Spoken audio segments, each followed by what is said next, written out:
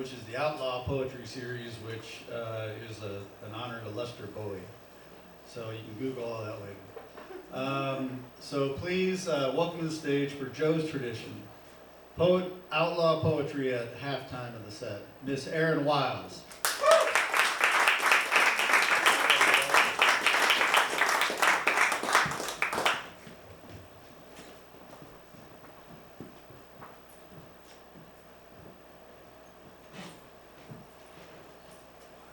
First piece is from a collection titled Angels Drive All of My Ubers. And this is part one. You look beautiful, he says. Can I get your number? And he's a baby with the sweetest white smile and gumption like your ex-wife, strutting into court in tight white leather pants, clean sheen against old oak and heavy books. I say he's too young and my shit's complicated. But thank you. And I beam my way across Grand Boulevard and into this Tenenbaum building I've always admired. And we sit across the table with an angel who guides us to disentangle all this intrinsic fuckery we've imposed upon each other. We figure Mondays, the coat closets, the dead tree blocking half the backyard. We meander and weep, and I ask to hug the angel as she sweeps us towards the door. And hollowly I clop alone 4 flights down, then back across Grand, and he's packing his car with burritos he should be delivering, and shouts, "What you doing right now?" And I laugh out loud. And his teeth beam fills the sterile wound of a sternum I've been nursing. Sweetie, he chirps, don't you know, age ain't nothing but a number.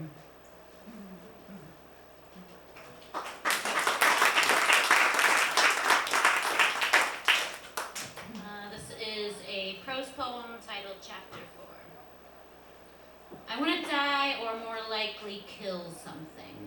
The thumbnail takes it first, the gradient chops of hangnail pulled nigh to old blood crescent, the numbly crossing nibbles grating dead flakes from raw skin, leaving the new rind as shiny as the inside slices of government cheese. Stop biting your hangnails, the boy said. It's unequivocally disgusting. I wasn't. Anyway, how the hell would you know? Your move. Grasping his wrist, I trace his fingertips along the path taken by my rug. Interesting how boredom compels this communication, the playing of chess. Last night, boredom unzipped my dress, so carefully purveyed from the rack out of season. The man's sweat reeked horribly of the 6-foot sewer pipes I penetrated in grade school. Squeezed between the frame and the outside edge of his waterbed, I dreamt of the velocity of words. Swarms of bees buzzed my throat and on through the trapdoor of my mouth to form perambulating hieroglyphics. I moved my queen in for the kill. What's it like? I asked the boy. Can you think in pictures? What do you know of color? I taste it, he replied, swooping in with his bishop. Orange is an orange, of course, being that the color was named after the fruit. Red's more like swallowing a lump in your throat or biting a tongue so hard it bleeds. White is dense and even like a turnip or a radish. Fingering a pawn, I chew my hangnail and taste goldenrod yellow. But what do your eyes perceive? Is it always dark for you? Being blind, the boy said, isn't pitch-thick blackness of cellar room at night. Being blind isn't the creamy lightness of hallucinogenic white. Being blind, the boy said, is clear. I see clear.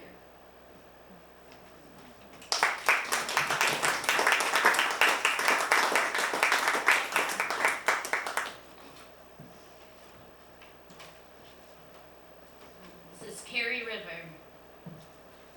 The winter swelled thunderclouds, and I burst from the seated underbelly, a swollen sloppily half-frozen flake bumbling drunkenly for the ground. What I didn't understand then, the body as black magic, how her lines cast deep native spells while mine struggled tricks, unable to squeeze water from stones.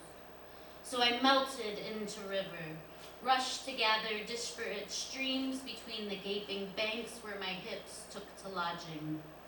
What I didn't understand then, the mind as paper boat tossed in the waters of Mother Mississippi, how my craft wasn't practiced to master such currents, how surely the body floods thoughts to take them under.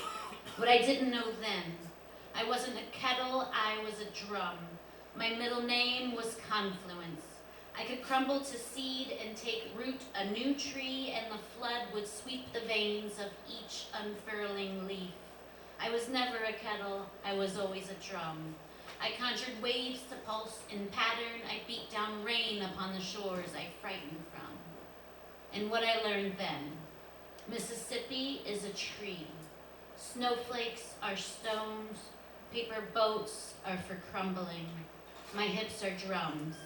My hands are musty leather-browned books, these fingers flipping gilt-edged pages. And at the center of each palm, a spine that reads, Carry River, become wood.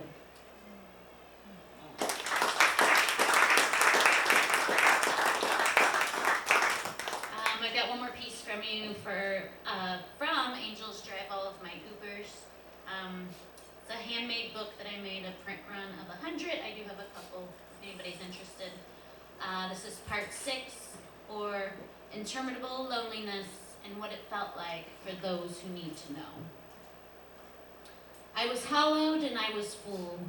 Plains stretched endless before me, ancient stone giving way to men of corn stalks and sorrow, scared or sacred, belladonna, the golem. Always imported roses I didn't want. He never knew what I needed. A warm bed, light on the window panes, plants I've tended, plants I've killed. This house should have burned again. And then I saw it. I breathed a fresh air all tumbling to the ground, and we rise and ride the ashes, a sudden white storm. The beamers in the median, headlights mewing and swathing snow. Every mirror peered but unknowing, uneven in my image, the lie of my brow, all I wanted but couldn't say.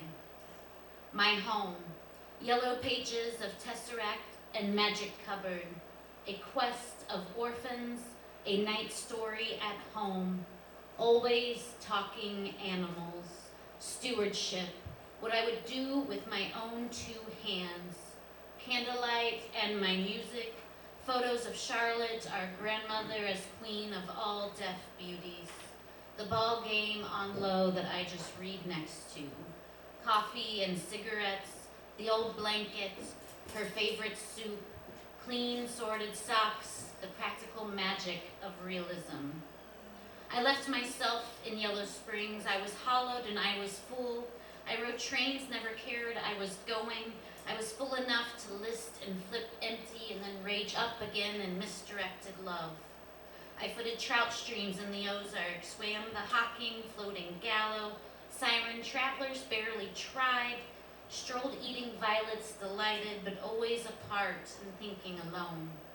I rode home backwards to St. Vincent and forth again to Albion. No exit, no exit, no exit. And her elevator dings the same as a heart monitor slowly ceasing. I chose to leave. I made to return through home and then to Athens, where the gravestones have numbers and laughter echoes ceaselessly from tavern to tavern.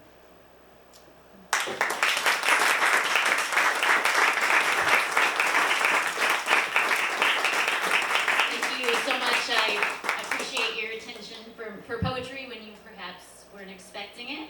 And I'd like to welcome back to the stage OldCapital. Woo!